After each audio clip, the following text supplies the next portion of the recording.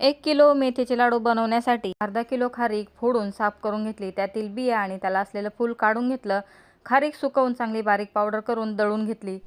पॅनमध्ये 3 चमचे नाचणी, 2 चमचे मेथी स्लो फ्लेमवर भाजून घेतली.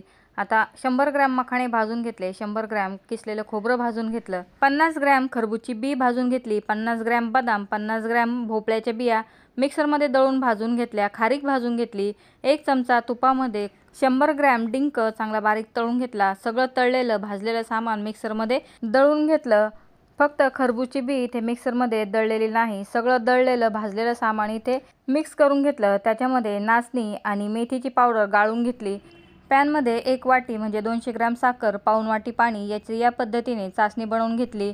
शेवटी त्याच्यामध्ये 1 चमचा तूप टाकून गॅसची फ्लेम बंद केली. सगळं तयार केलेलं मिश्रण त्याच्यामध्ये घालून मिक्स करून घेतलं. थोडंसं थंड झाल्यानंतर लाडू वळून घेतले. मेथीचे